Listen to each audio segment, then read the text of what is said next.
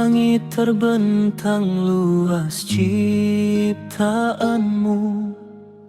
bintang bersinar memuji namamu.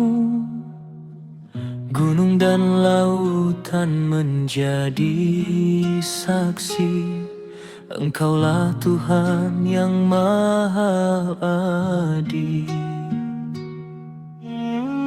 Setiap nafas yang Kau kurniakan adalah amanah penuh harapan. Hidup dan mati ujian dunia, menuju akhir yang kekal selamanya. Tiada yang mampu menandingi kuasa-Mu tinggi, tiada bertepi.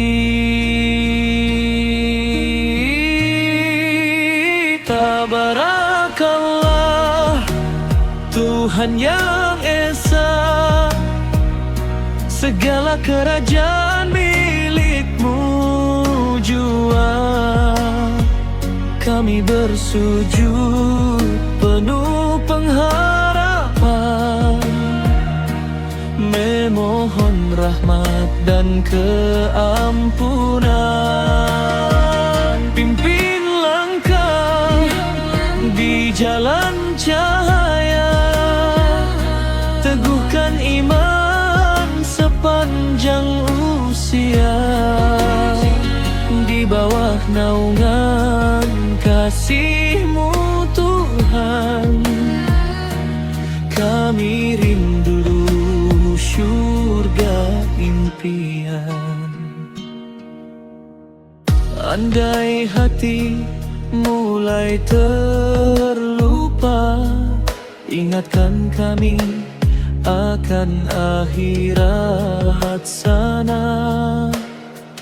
Jangan biarkan jiwa terleka dengan dunia yang hanya sementara. Bimbing kami dalam kebaikan, jauhkan diri dari kesesatan. Semoga setiap amal diterima,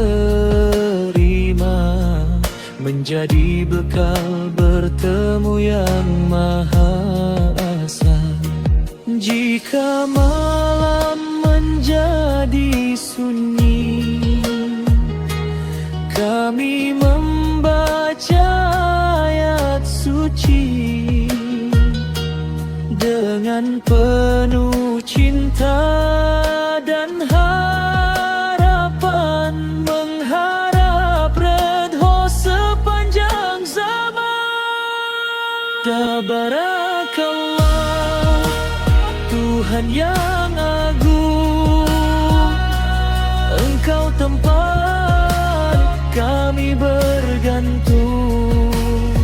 Selagi nafas masih berhembus, nama-Mu sentiasa kami terus sebut. Al-Quran menjadi peringatan, menghidupkan iman di dalam hati insan.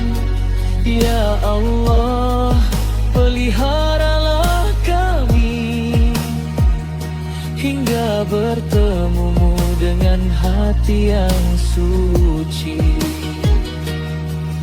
Milik-Mu langit, milik-Mu bumi, segala puji hanya bagi-Mu Ilahi. Amin ya Rabbal Alamin.